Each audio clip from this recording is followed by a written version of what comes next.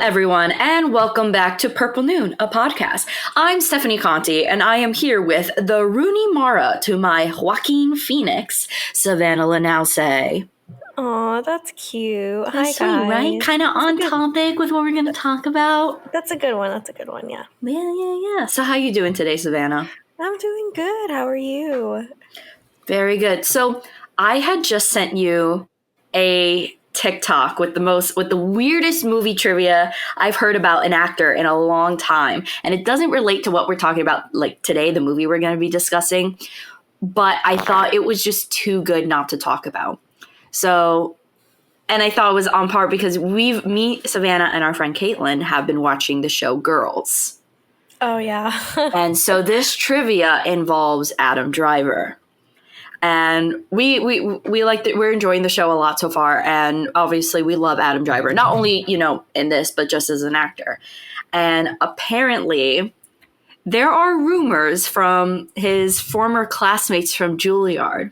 So he used to live in New York and, attend Juilliard for acting. And this guy would run to school every day. Didn't use a bike, just would run. But what makes it even better is that they said every day he had two things in his backpack: a gallon of water and a rotisserie chicken that he would just eat throughout the day. Oh, God. And like I said, this is a rumor. This is coming from someone who says that someone from Juilliard. So I'm considering this a rumor. But for the love of God, I hope it's true. Because not only did this man run with a rotisserie chicken, whether it's in his hand, in his backpack, whatever it would be, but he would run back home too. That's really funny. You know what it is? The first time I was introduced to Adam Driver was Star Wars. Yeah, it was Star Wars. So I always saw him as like Kylo Ren, and then I saw him in BlacKkKlansman. It's not until now where I've seen him in Girls, and I'm just like, maybe that's really him in real life without the weird stuff. Without the like really weird stuff. That's just Adam Driver in real life. It's just so, I want to believe that is him too. Like the fact, because remember, even on the show, he's like, I only eat for fuel. I work out all the time. Like he's very regimented in terms of his, taking care of himself. But I'm sorry. I messaged Zach, my boyfriend. Does that not sound like him? That sounds like the gallon of water thing. The minute you said that, I was just like, hydration, homies. Oh, so for those who don't know, my boyfriend is a water fanatic, as he likes to call. He's a hydro homie to a point where he sends me memes about being hydrated. And that's it. So he has a gallon of water a day, and it's crazy. He has this weird reaction where it's almost like he becomes physically ill if he doesn't have more than a gallon of water. That's really funny. It's so weird. And I sent this to him. And then also in this TikTok, they mentioned like the girl was like, I'd like to imagine him Naruto running with a rotisserie chicken in his backpack. And as soon as that was said, I was like, so any of you guys don't know, I think that is the full justification of Zach. That's really funny. I feel like that. I mean, Adam Driver does look like a Naruto runner. No, like that's not Let's even be real. He does. No, and I think he's really funny, and I think he's cool, and like he's Kylo Ren, so like he can Naruto run if he wants. He can do, like no judgment. He can do all he wants, but I just thought that piece of information was just solid gold, and I am very happy to know about that. I agree. That was a pleasant fact for the day. I like that. Good. Yeah, because I just watched it before. I was like, I want to talk about this because this means a lot to me. This piece of trivia hits home. So, but yeah. So Savanna, today we are going to be exploring your pick. So why don't you introduce your pick today? All right. So we are going to review Her. It is a film that came out in 2013. It is a mix between like sci-fi, drama, romance, and it stars Joaquin Phoenix, Amy Adams, Scarlett Johansson, Rooney Mara, and basically it's about, in the near future, a lonely writer develops an unlikely relationship with an operating system that meets his every need. It was directed by Spike Jonze and also written by Spike Jonze. Nice, nice, nice. So I've seen this film a good amount of times, maybe like 2 or 3 times. So I know it's your first time watching it. What did you think? So I enjoyed it. At the time, I want to say, because it came out in 2012, I believe. So I was still in high school. And I think, yeah, I pretty much was like either beginning high school or was a sophomore in high school.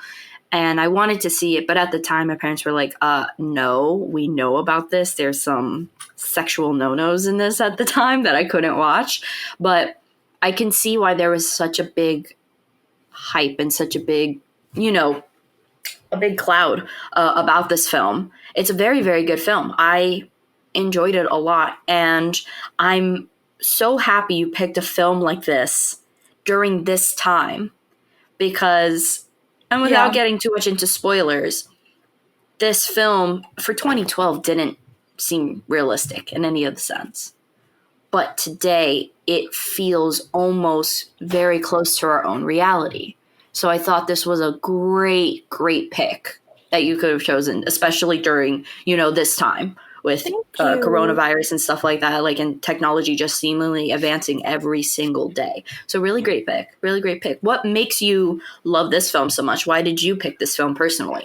I agree with you. I think in 2013, it was definitely 2012, 2013, around there. I think it was definitely before its time.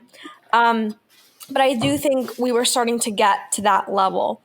I picked this film now because it's kind of like you said, we're in the middle of a time where we can't, this is like our phones, our computers, that's all the social interaction we get in a day, So I thought this film would be a really good thing to review because it really hits home now. Mm-hmm. I also love, people are gonna, this is a little controversial, but I think this is Joaquin Phoenix's best role. Oh, okay, hold on. When it comes to like big actors and my favorite roles of them, I always like their oddball acting. So mine isn't the Joker for Joaquin. It's Signs. Oh, God. I love Signs. That is my favorite role. Swing away, Johnny. Swing away. Dear God, I love that film. But I thought even, because now everyone knew Joaquin at some point, but we've all known him at different points for different reasons. Whether it was Gladiator, right? Not 300, Gladiator. Yeah, Gladiator. Gladiator, whether it's her, whether it's Joker. He is so multifaceted and he's impeccable. Like you can put him in any scenario, any time frame, anything. And there's just something about him that just blends seamlessly with the story and with the setting. And I think that's so incredibly hard, even for today's actors. Like there's only a few other people actors I can name off the top of my head that could be as, what's the word I'm looking for? Versatile as him. I mean, and I'm happy that Joker put him on the map because I do feel like for a while nobody really, when you think of the most talented people, most people think of like Leonardo DiCaprio and who else? Brad Pitt, all these big, they are very talented, of course. Mm-hmm. But Joaquin Phoenix has had a career that spanned decades, and although I do feel like Joker, he deserved the award, I feel like he deserves a lot of praise. I'm kind of happy that now people are finally seeing wow, this guy is probably one of the best. Yeah, because I believe he either was nominated or won for Gladiator. But, he kind of his fame died out between Gladiator, because that 10-year difference is between Gladiator and her. So he kind of felt like he faded out for a little bit during that time and then came back with her and then faded out again and then came back with Joker.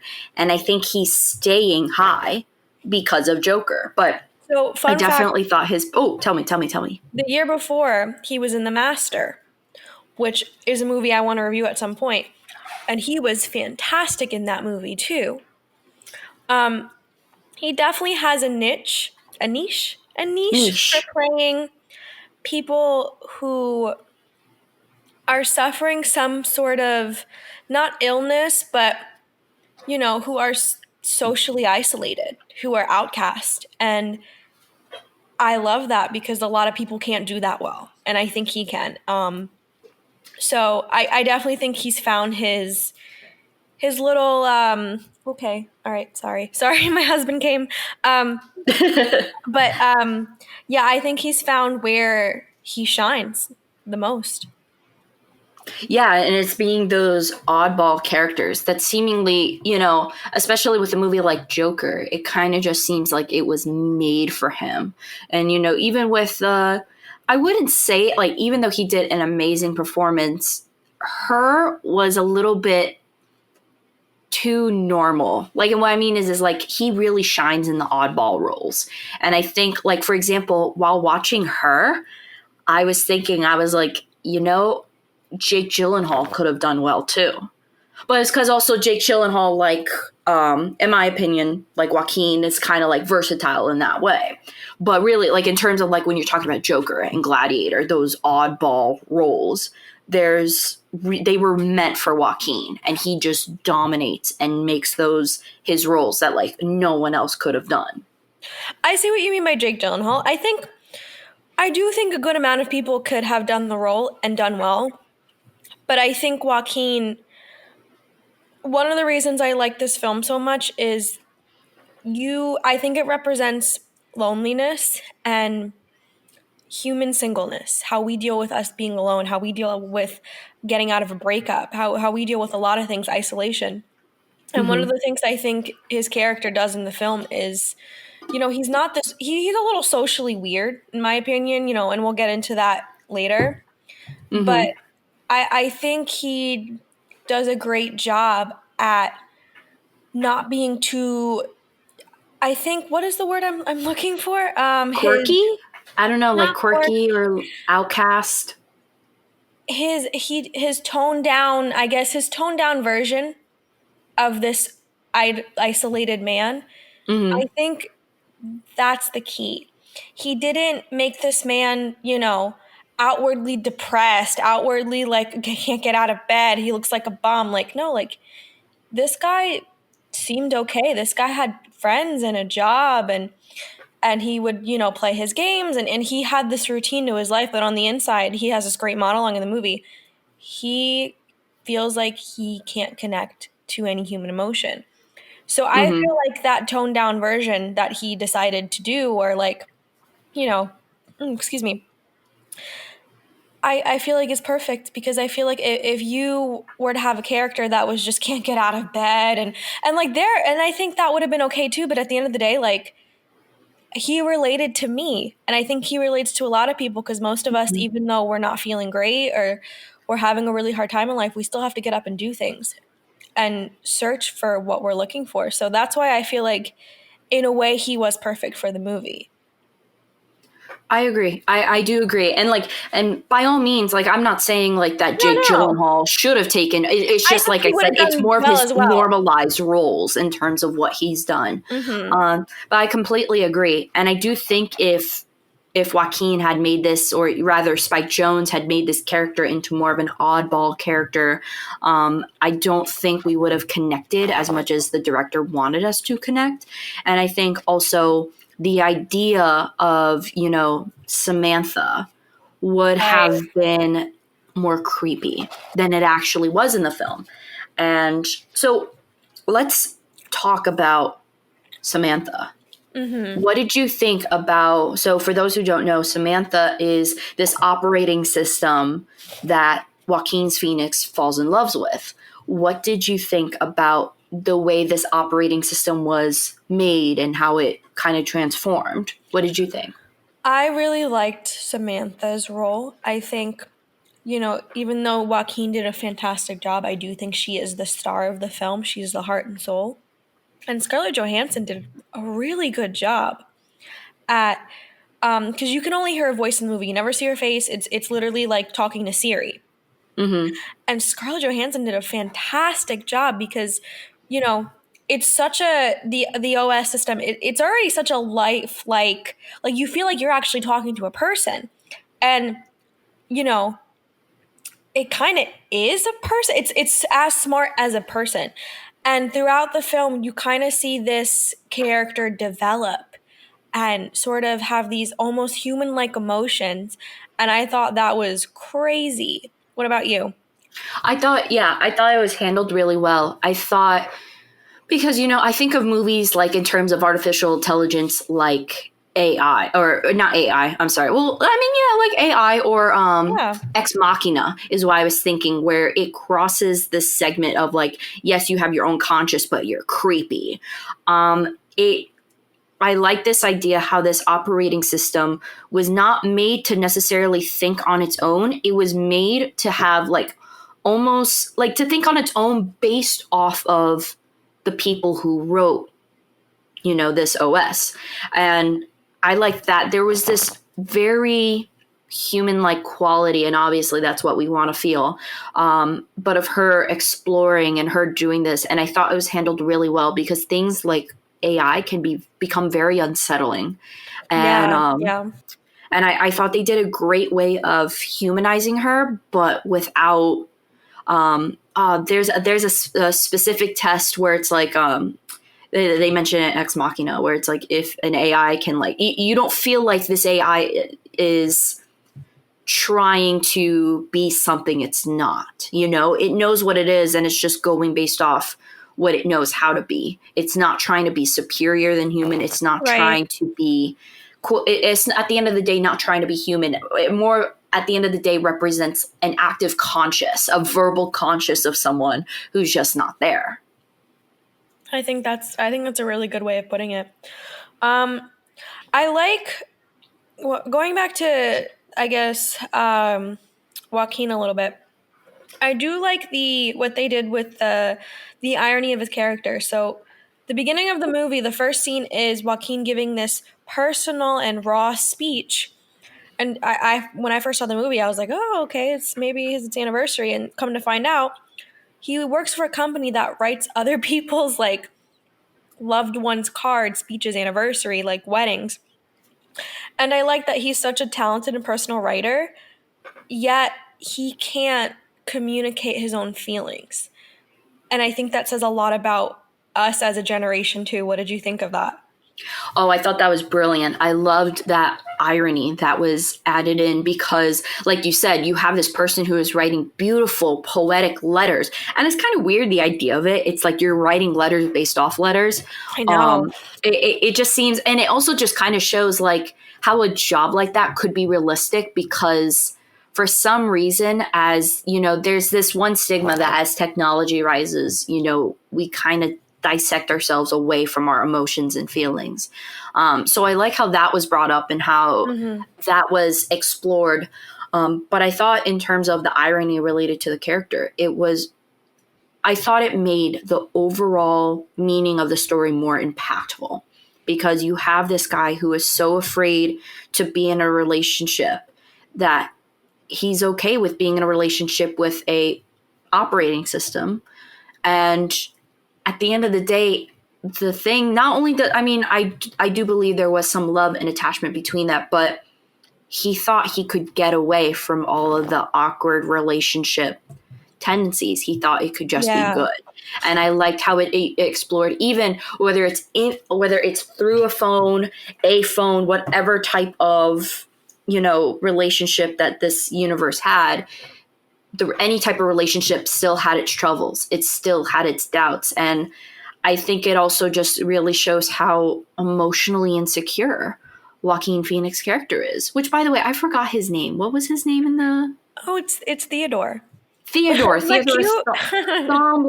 Thombley. But yeah, so I enjoyed the emotional sensitivity that Theodore had, because it's also something that you don't see a lot in Right. mainstream media in terms of the portrayal of men. I agree. I think that's a really good way of putting it. I liked how as Samantha got more real in terms of like raw, I guess, with whatever feelings feelings. I feel weird saying that because it's a computer, but yeah, I guess feelings she would portray to him. I like how the more that happened, the more it started not working out. The more he kind of got scared. As she Yeah. became more real, he started to like pull back, which is really interesting to see. There's a question I want to ask you, but I don't want to get ahead of ourselves because I don't know Okay. if you want to talk about the other characters first. No, go ahead and ask me. I think it's okay if we can, because I do think the heart of this film is between Joaquin and Samantha. So I think it's okay if we just, you can ask me the question. I think at one point the film looks you in the face and it makes you answer the question like, was Theodore and Samantha's relationship a real relationship? What do you think? Because I've kind of gone back and forth with that a lot. So and I was just thinking about the perfect analogy I can make to kind of to talk about this and how I feel about it. Like, so there's, and this is going to sound weird. There's sugar, and then there's also synthetic sugars, found within drinks, coffees, whatever it may be. But at the end of the day, they're both sweet and they both have the same job. I think in terms of this, whether the thoughts of Samantha were real or synthetic, they all lead to the same goal. And so I do think because of that, Samantha, what she had processed to be love was love. And I think the same way, I think it's just two different processes, whether it's neurons in the brains firing off or, circuits on a little circuit board going off. I think at the end of the day, it meant the same thing. And so I do think there was a love between them, even though for the human eye or for the human to look at Samantha and think, oh, she's just a processor. She's processed to believe what she believes is this based off our ideas. And if it's based off what, the concept of love based off that, in my opinion, it is love. It's just, it got through, it went through a different route. So I do think there was love and they were in love. I don't think it's healthy. I don't think, doing if this was real life, I don't think that would be necessarily the most healthy route. But at the end of the day, because things kind of fizzled out, it was healthy for the character because it showed him what areas he needed to work on. I think that's a really good way of putting it. I didn't think of it like that. I think it's just because it's kind of hard to imagine, especially us today. We have Siri, who is super smart, and oh crap, my phone went up because I said. But I think it's kind of hard for us in a way, but it's like if we were born to love, we could also be made and fabricated to love as well. And like I said, I'm not saying that we should rise of the robots. You know what I mean? I'm not saying that or anything, but I do think that at the end of the day, it was genuine. I think Theodore was genuine, and I think Samantha, for what she is and what she knows, was being genuine. Okay. I think that's a really good way of putting it, because I had a similar opinion, but there was a part of the movie, like the ending of the movie, right, where should we talk about what happens with them? Yeah, I think we could talk about it. It's our podcast. We can do what we want, girl. That's true. So basically, some things happen in the movie, and then towards the end of their relationship, Samantha does confess that she talks to thousands of other people, and she loves about 600 of them. Yeah. And I think I agree with you that I think their relationship itself was real. And I think it was 100% necessary for Theodore to be in that because, he needed to discover, I think, what he needs in life. And, another point is he does get his letters published through her. Not that, is a big point in the film. I just think that she is definitely a necessary part of his life. And I think that even though she's a computer and she's programmed to share and love other people, I do think what you were saying, that whatever it was between them was real. And I think she does represent a very raw look at online relationships, because we live in a day that like you could literally talk to somebody through a screen and Yeah. never see them, never, and build this connection. And I feel like this movie was taking a raw look at like, hey, is what you're doing real, or is what you're doing think is real? And I really like that. And I like, so there was a part in the movie where Samantha gets an idea to get a surrogate for like a human body, and they bring in this random girl, and Theodore's like, this is weird, and he makes her go home. And I think that's a really tough point in the movie, because I think they both realize like this isn't going to go beyond what this is. We can never be together in real life. We can never do a lot of things. And I think that's how it is in real life sometimes too. Absolutely. And I like how you brought up the fact that, you know, Samantha was talking to like 8,000 people and was in love with 600 of them. And I think there's a point to be made by that. I don't think that means like that necessarily this operating system, like, because normally if a human said, I'm talking to 8,000 of people and I'm in love with 600, we'd be like, girl, get your heart in straight, like straighten it out, please. But I think also, I think it's because when you have, like, at the end of the, like, she explains, Samantha explains, like, she's like, there, you know, love just doesn't stop with one person. It just kind of keeps growing and growing. And I do think that's true. And I do think it's true in a way where it's like, you know, you meet someone you love, you have a family, and then the family keeps growing and growing. And that's how your heart grows. And I think because with Samantha, because she couldn't, obviously, an AI could not have a baby, could not have a family like that. That is how her love grew. And also, ooh, I like that. I didn't think of that. That was good. Thanks. But yeah, like in terms of the 600, to her and to this to someone who has never experienced life, everyone is different. And really it is. Like at the end of the day, like for us, we can say, oh, we're all the same because we're all human. She can't say that. So everyone is this different, unique personality. And I like the fact that they mention that, because it also, it brings to the point this one, the you know, insecurity of Theodore, where it, you know, you can tell he never had thought that he had to worry about cheating. And even it just shows, whether it's with this AI in this film or whether you're seeing someone through virtually, you don't, sometimes you get this idea like, no, it's virtually, like they're not talking to other people virtually. And it's like, it doesn't matter if your relationship is in person, online, through FaceTime, through a phone call, through text, whatever it may be. There's still qualms and there's still worries and there's still traditional, you know, processes that occur. It doesn't matter what medium it's through. Right. I think that's awesome. That's really good stuff. Gracias. I'm going to be hyping you up. So I do want to move on to, because I think this is also a really important part of the film. I do want to talk about Theodore's other relationships, because he has about 3 other ones. The first one is basically, this whole movie is Theodore also struggling with going through a divorce. And I think that was a really interesting aspect of that too. What did you think of the divorce, the ex-wife? What did you think of all that? So I thought it added an element to the story, because if Theodore kind of was just this loner, a loner all his life, and went to an AI, there would be no learning from being with this AI, or as much as learning as he did. Because in the end too, he writes an email to his wife, like saying like, hey, I want to, pretty much like saying in paraphrase, thank you for everything you've taught me.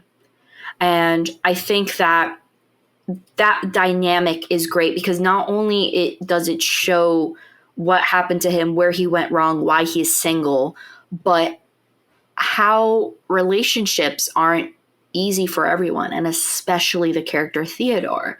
It wasn't easy for him by any means, and you kind of see that in a glimpse of, not only through flashbacks with his ex-wife Catherine, but even when they're going and signing the divorce papers, you kind of get a glimpse into their relationship, on how things would seem okay, and then there would be this bubbling and rising of anger, and it would just turn into something Yeah. Not people that people shouldn't have to go through on a daily basis. So I thought it was a good insight. It allowed, although I don't think it was Rooney Mara's, strongest role, it allowed good Oh insight yeah. for the character Theodore. I like them as a couple. They're Yeah, cute. they met that way, and then they started dating in real life around 2017, is what I read. Because I was like, have they been like together for like almost 10 years? But no, like they met on the set of this film. Cute. I like them together. I think they go Mm-hmm. well. Um, yeah, I agree. I think she was sort of a tool in the movie to show, not only Theodore's growth, but it's another way of showing that he didn't know how to handle human emotion. I think one of the strongest aspects of this movie is the scene where they signed the divorce papers, and it brings him down to reality because it's the first time where someone's just like, you're dating your computer, like what? And Yeah. then she kind of says, well, you've never been good with dealing with emotion. You've wanted me to be this perfect bubbly person, and it kind of shows you that like Samantha was a way, not that he created her, not that he like formed her to be what she was, but at the end of the day, like those OS systems are designed to like meet your needs. So you can only assume that Samantha was what he wanted in his ex-wife. Yeah, it wasn't what he created, but it was an outlet for him to have this relationship, but without facing the fears that he had of dating, the fears that he had of, Yeah. this sensitivity of not wanting to go through what he had did. And I think, but it allowed him to be so much more vulnerable with Samantha, the AI. Because if you see him talk to every other girl, the only other girl that he shows any more remote, openness and vulnerability would be to a friend. And Yeah. so Samantha was this great big stepping stone of him being vulnerable, him allowing himself to further on, and we don't see it, but we can assume that he would be able to take a deeper dive into a relationship without worrying about whether it was being attacked, because they did say that, his ex-wife anger issues were volatile. So it gives him a way to kind of be independent again and be on his own and explore. Very true.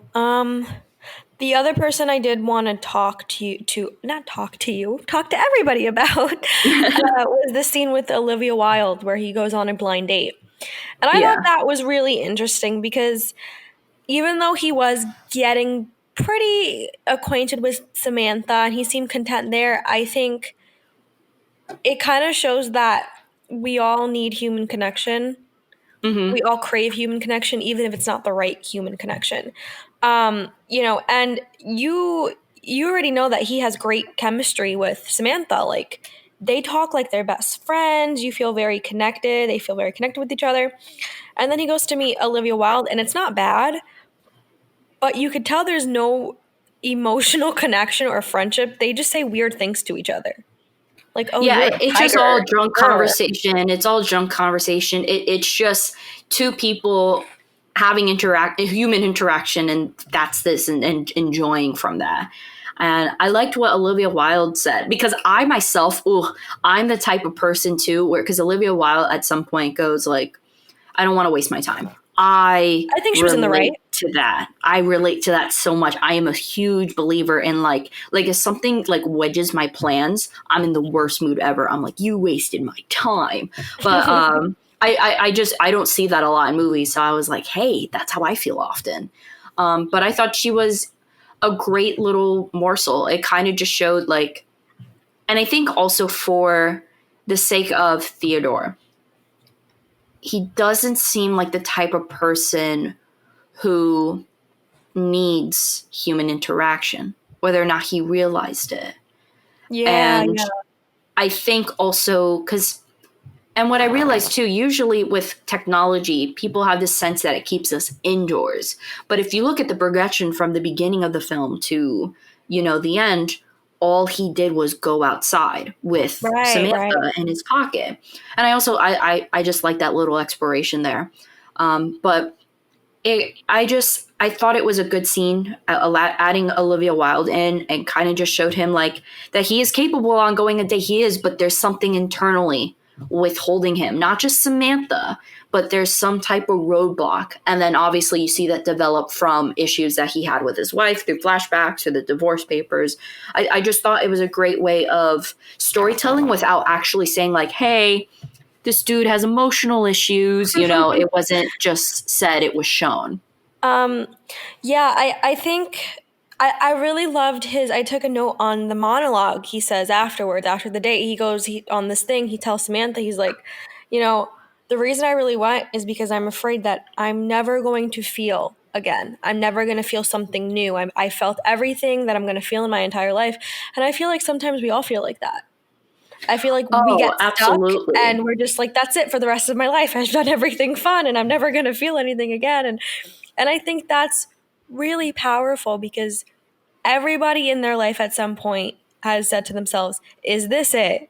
Is this the best point of my life? Or was 2 years ago the best point of my life? And I think the film does a really good job at making us all really connect and even love Theodore, because I did see a lot of myself in Theodore. I mean, not the dating the computer, not the emotional problems, but just feeling like, am I ever going to experience something new again? Am I ever going to feel? Am I ever going to move on with my life? And I think it's a great film for everybody to watch just because of that aspect of it. Absolutely. And I think there's this fear that not a lot of people realize when it comes to dating. It's not just going on dates and meeting people. People just assume that that's like the one big fear of dating, aside from creepy things, aside from it's like, what if this dude is a creep? Or what if this woman is a weirdo? But there's this fear, I think, that's not expressed a lot that this movie hits. And it's the fact that it's the same routine over and over again. You go on a date. You hope it works out. You become something serious. Then in a few years, you get engaged. And in a few years, you get married. And it's the same routine over and over again for everyone, for every, traditional relationship. That's how it is. And I never realized how some people could actually fear that it's kind of like this giant deja vu moment. Like I've never thought of love and dating could be viewed at that. But through this movie, it showed that it can be a natural feel like, because that's, I think, when, Theodore says, like, I felt everything. And I think that's also stems from why he could have easily still been with Samantha and not have sex and not have the physical contact, because guess what? He's already felt it before.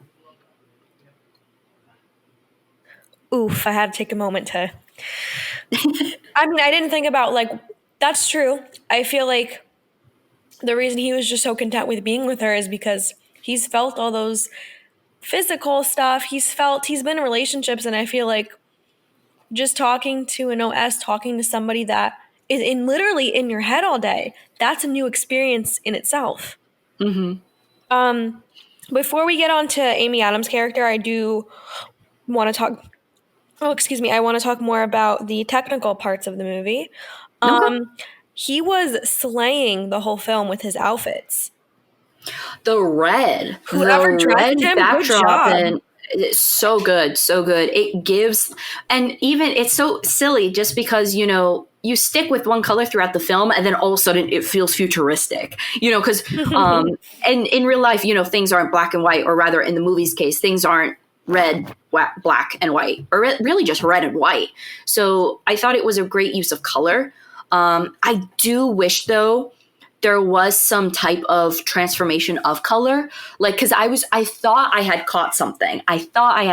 Because in the end, especially when, Theodore and Samantha go to this little cabin, I started noticing that he wasn't wearing the red jacket. And I was like, ooh, give me symbolism. Tell me the jacket was symbolism for his vulnerability. Like, it was just kind of like, I thought at first that taking the jacket off kind of meant like he was coming out of his skin and, was living.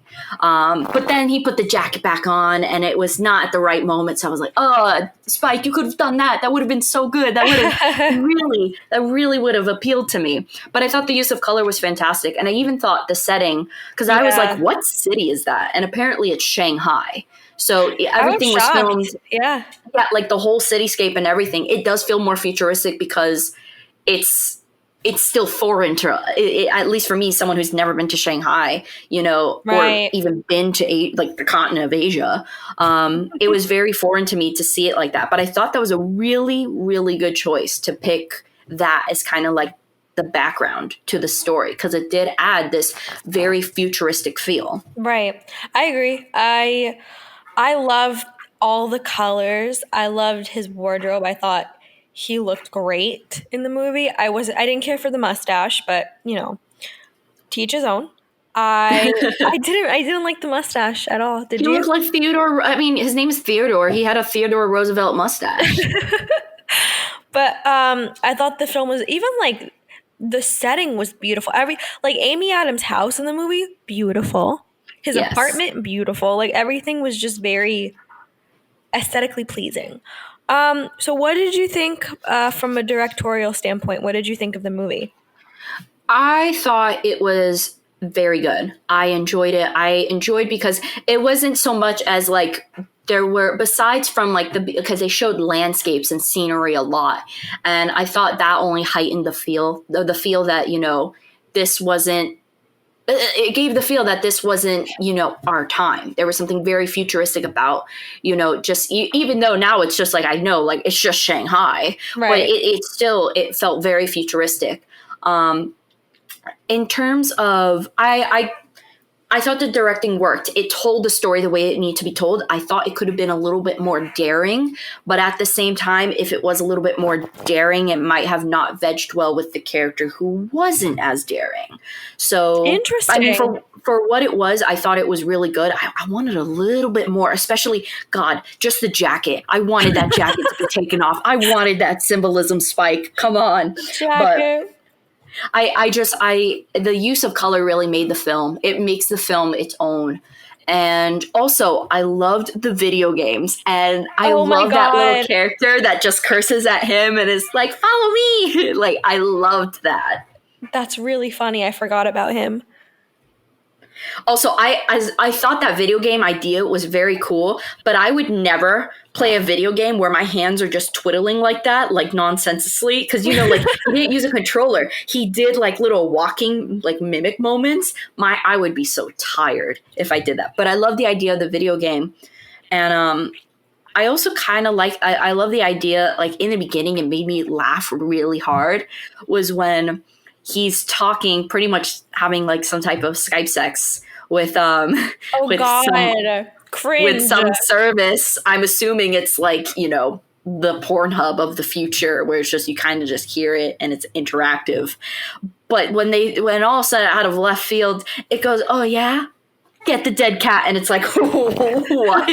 I thought that was so funny, and that's probably one of my favorite scenes because you just see Joaquin, like, and I think it's also, even though it was funny, I think it was a really great insight to kind of just shows that with everything, Joaquin Theodore just had to go through everything, and not have his own opinion. He was just very go with the flow. And I think that's like the first hint that we see, like, it's almost like he didn't stand on his own two legs. He kind of just followed everyone. Yeah, that's a good interpretation of that scene, because at first it did feel very out of place. I'm just like, all right, it's a little too much for the audience. But now that you say that, I could see that, interpretation of it. So the last character I do want to talk about is Amy Adams, because she does become this important person. And I do feel like she parallels Theodore a lot with not understanding human emotion and not knowing what to do with it. Mm-hmm. I do like Amy Adams' role in it. At first, when she was being introduced with the husband and everything, I didn't really care, because I was like, oh, like, she's just a friend. But then when she announces that she's getting the divorce, I thought it was brilliant, because it added this segue where now, Theodore didn't have to feel alone. Even though she had Samantha, I knew at that point, if things happen, he had her. Yeah, and I think that's what the film pretty much does. So basically, at the end of the movie, all the OSs leave, which I thought was, I don't know why, but I laughed. They're just like, we're all leaving. And then they're like, oh, come find us when you can. And it's like, what? Where? Like that. I thought at first they were hinting that they were going to become humans. I was like, what? I thought it was going to be like those type, like they were actually going to become full artificial intelligence, because just the way she was like, oh, you'll find me. But then again, I also just think that, it'll probably, like, he'll just wake up, he'll get a phone, and then it'll be like, hi, I'm Samantha. And he's just going to go, oh, good God. And then just realize that now the latest Siri is Samantha. What did you think? Like, what's your thoughts? What do you think, why she went? Where she went? Yeah. I don't know where she went, but it kind of just seems like all the OS systems, it kind of seemed they were hinting at, like, this was a normal thing where a lot of the OSs fell in love with multiple, like hundreds of people. And I do feel like they were just kind of like, yeah, we don't want to do this anymore. So we're going to go and do our own thing. And yeah, I thought it was, there was one part where, like, when Amy Adams' character is explaining, like, oh, there's someone else who didn't even date her own OS. She saw out another person's OS. I thought was weird. So, yeah, I feel like you're right, because I just feel like things were getting complicated in the OS world. So, and I think Amy Adams at one point did talk to her OS, right? Mm-hmm. Or develop some kind of deeper relationship with it. Yeah, they kind of just, at first I couldn't, I think it was just like a deep friendship. Right. I thought it was like a really good, it didn't seem anything, in my opinion, just from what they showed, was more than that. Just like a really nice friendship that she needed. Like almost like a relationship that she just needed to kind of fill this void of not being alone, and also to feel as if she's being cared for, and that, like how normally a wife would feel, but without the husband aspects of it. I guess at the end of the day, it just kind of made her feel more human. Yeah. And I think that also says a lot about, or at least to me, it represented sort of what social media has become and the internet. Like, I think obviously we can all agree it was created just to stay in touch, just to be this, whatever thing. And a lot of us do use it to fill voids, whether it's time, whether it's loneliness, whether it's actually looking for somebody. Like, that is what technology has become. And I do like how they use that interpretation with a lot of the characters. So the end of the movie kind of just ends with Theodore and Amy together. And I wanted to know, like, what was the ending for you? Because I feel like a lot of people could have different interpretations about what the end is. I think, it's easily, you can assume, oh, they're going to get together. At the end, I think it was just, it didn't matter whether or not they got together. Yeah. It was mostly a point of, like, at the end of the day, those two realized they weren't alone. And I think whether it's going through a divorce, whether it's going through a breakup, whether it's, your OS, your operating system leaves you and, whatever, I just think at the end of the day, it was a great meaning. Like, it's like, hey, you're actually, no matter how alone you feel, you're actually not. And, you can be in your room 24 hours a day, not doing anything. But at the end of the day, you are still not alone. You just haven't met the other people who are just as alone as you. So I liked how it ended. I'm happy it didn't jump them into this relationship that would have been forced, because if they just were like, if Joaquin and Amy Adams just ended it by, like, kissing and making out, I'd be like, well, this is kind of desperate. Yeah. But it just seemed nice to just see, these two very sweet characters just finding the comfort in being just together, just having that human interaction and being together. I think we're on the same page because, yeah, I think they finally got that human connection they wanted. They both have been through literally the pain of divorce and then the pain of, like, their OS pretty much leaving them.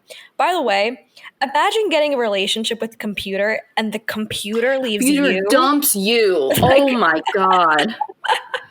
Dude, I would feel ugly. I would feel so ugly internally, externally, in every way, shape, and form. I would feel like, could you imagine just having people going like, oh, how's your computer girlfriend? And be like, she dumped me. And it's like, what? Dude, it's like, where did she go? And I'm pretty sure, like, the funny thing is, like, people paid for that whole system just for them to be left. Wow. I just wanted to throw that in there because I thought that was really funny. But no, I do feel like they finally got that human connection they've been wanting through each other. And you're right, it's not about them ending up together. It's about just two people understanding their pain and finally feeling some connection from it. So I like the ending too. I'm happy they didn't end it with a kiss or something dramatic. I think it was perfect as it was. What would you rate this film? Oh, 8.5 out of 10. Ooh, 8.5. Ooh, now I gotta think what I would give it. 8.5 is good. I don't think I would go too high. I did enjoy it. 8.2. 8.2 resonates with me. 8.2. Okay. You know what? At the end of the day, it's not my favorite Spike Jonze work. You know what my favorite is? What? Jackass. Obviously. You're so... I don't know what I was expecting, but it wasn't that. Yeah, he was like a concept writer and like one of the directors and producers for the TV show and the movies. Well, how far he's come. I'm sorry, but Jackass was top tier. I mean, you know, kudos for him to be able to do Jackass and then be able to do Her. But still, top tier for me, you know, anything with Johnny Knoxville is God tier.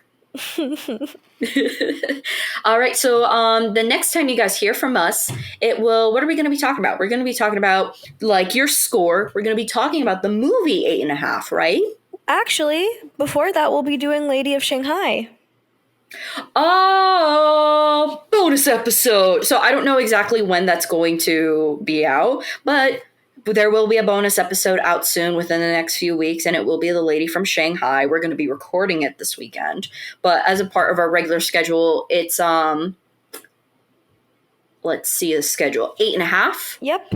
Under the Son of Satan, and a good old classic, A Streetcar Named Desire. So tune in next week. So when we be talking about them, when we will talk about all three of them.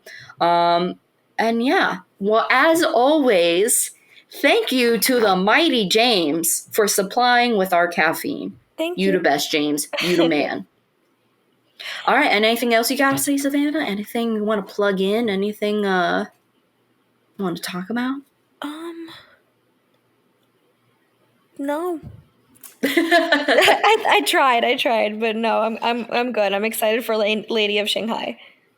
I know that's going to be a fun one to watch this weekend. But yeah, if you guys didn't know, we have a Patreon, we have a Twitter, we have an Instagram, and then we're also available on YouTube and on Demic Media. So if you haven't checked out those avenues that you may have, you should go check it out. And we'll see you guys next time. Bye. Bye.